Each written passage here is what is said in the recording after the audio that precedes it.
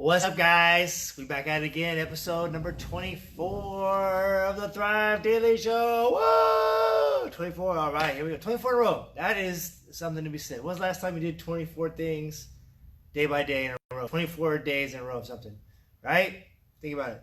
So, anyway, today's show, we're going to talk about this beautiful piece of art that we have here at the gym. For those of you guys that recognize it, put it in the comments. If you can think about it, great. If you forget about it, it's all good. I'll tell you who it is anyway, because that's all the show's about. So, this beautiful piece of art is a character out of this anime called Afro Samurai. And I watched this a couple years ago, and it was just, some anime is cool, whatever. This one just really, really resonated with me on so many different fronts. It was an amazing tale. So, let's just give a little history about the Afro Samurai. So, way back in the day, actually, there was a samurai that came from Africa. So this guy was a slave that was brought over by the Portuguese to Japan right around the Sengoku era, which in Japan was like in the 1500s. So it was like everyone was killing each other and slicing and killing and more slicing, more killing. And it came to an apex when this guy named Oda Nobunaga decided that he was what was called a daimyo. Basically, he kind of ran the whole, he's a rich guy, had his armies and everything, and decided, you know what, I'm going to take over Japan. I'm going to just be this ruthless guy that's going to wipe everybody out, and then we going to run the show.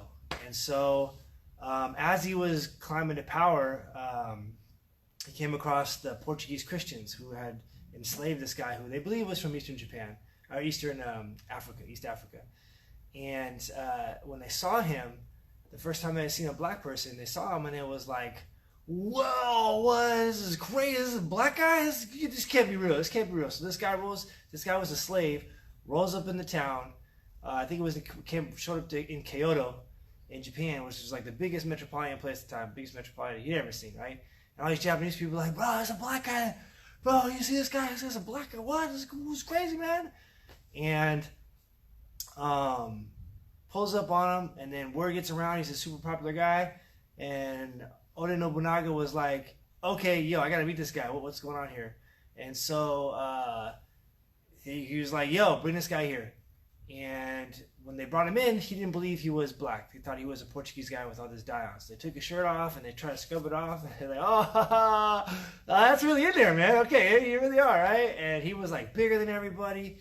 And it was just like a really, really cool thing. So this guy goes from being a slave to becoming a samurai. And in ancient Japan, the samurai was like emperor, shogun, daimyo, samurai, right? So you're pretty high up there in the food chain, right? He had his own land, he had his swords, he was living his best life doing his thing, and it was a samurai fighting the bad guys. Long story short, we won't get into all the details, but it was a really good story.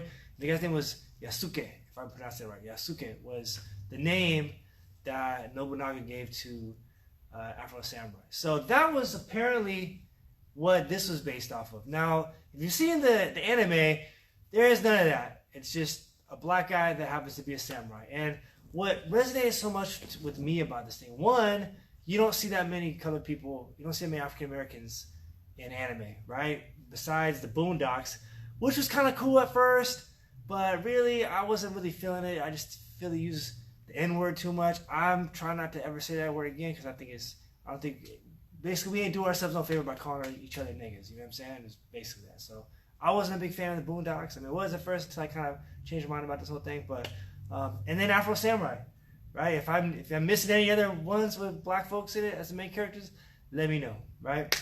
And so the base of the story is that this guy, whose name is Afro Samurai, sees his father get killed, right? And his father got killed trying to reach this hierarchy, right? So if you notice here, you can kind of see in the bandana right here. This is his bandana. Little thing right here, okay? It's right on the top there. Now, in the cartoon, or in the anime, I guess you don't call them cartoons, in anime, you have the guy who's on top, who has the #1 headband. All right, and the only way that you can, and once you get the #1 headband, you're like this mystical, powerful guy, right? And the only way that you could get the number 1 headband is by getting the number 2 headband. All right? And so you can't just roll up and try to just challenge the guy, right? Like, they'll, kill you, cut you down, right?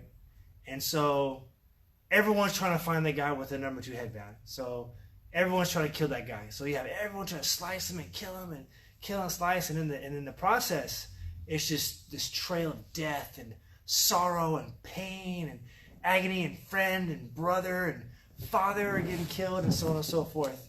And so his father was the one looking for the lost, trying to get the number 1 headband. And so his whole life he's filled with rage, and he wants revenge to get, revenge for his father, and then get the number 2 so he can challenge number 1, right? And so the whole story goes along with him, like, trying to find people. He had number 2, he's trying to get to number 1.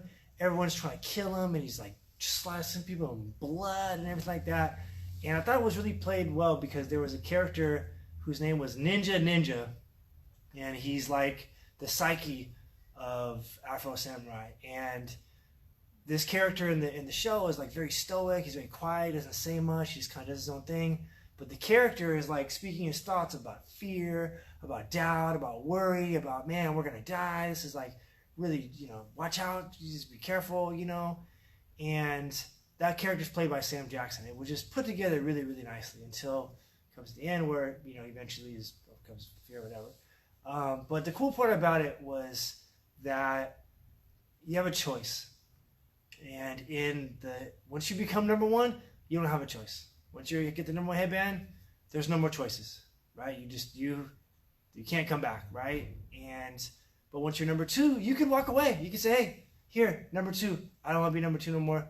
Give it to somebody else, right? Like, I don't have to choose this path anymore, all right? I don't have to choose the revenge. I could just stop now, and then it'll all be gone. And I thought that that was instrumental, because, like, on 2 things. Once, it brings up 2 kind of aspects of life, right? Like, I love this art. This is so beautiful to me, right? It's a beautiful painting, and we're just so grateful to get it. One of our members did it for us.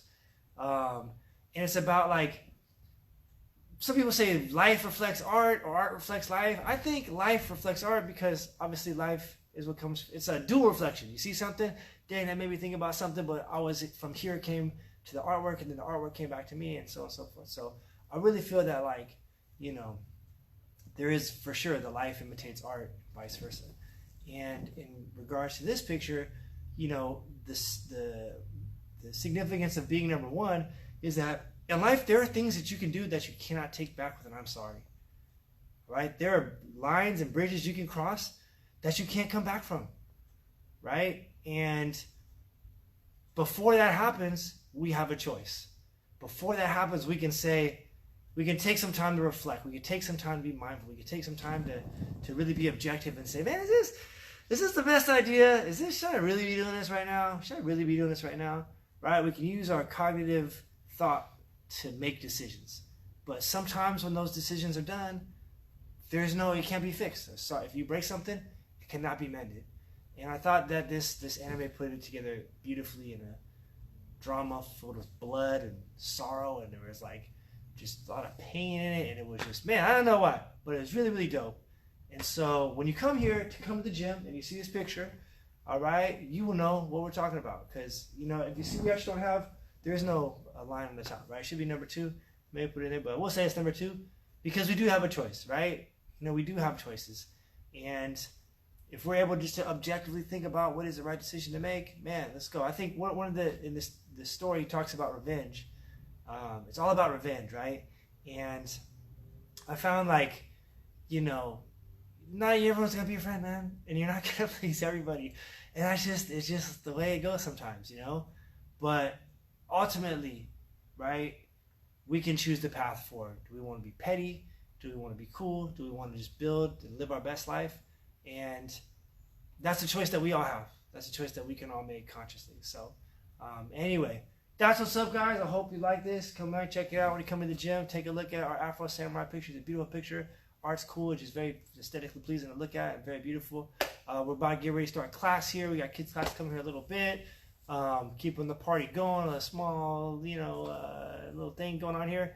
Got classes regular Monday through Saturday. We'll be back here at JITS maybe at 9:30 in the morning. Wink, wink. So if that was cool, check us out on haywardmma.com. You can go to the website, see all the cool stuff we got going. Get yourself a free trial. Check us on Instagram, Mindset Martial Arts and Fitness. We got a YouTube channel where all these are logged down daily. I gotta actually upload a few bunch of them, so on and so forth. So check it out. If you get a chance to watch Afro Samurai, it's an amazing, amazing cartoon. And if you see something cool, just put something in the comments and we'll talk some more about it. It's very cool. But that's it. All right, guys. Take care. See ya. Bye.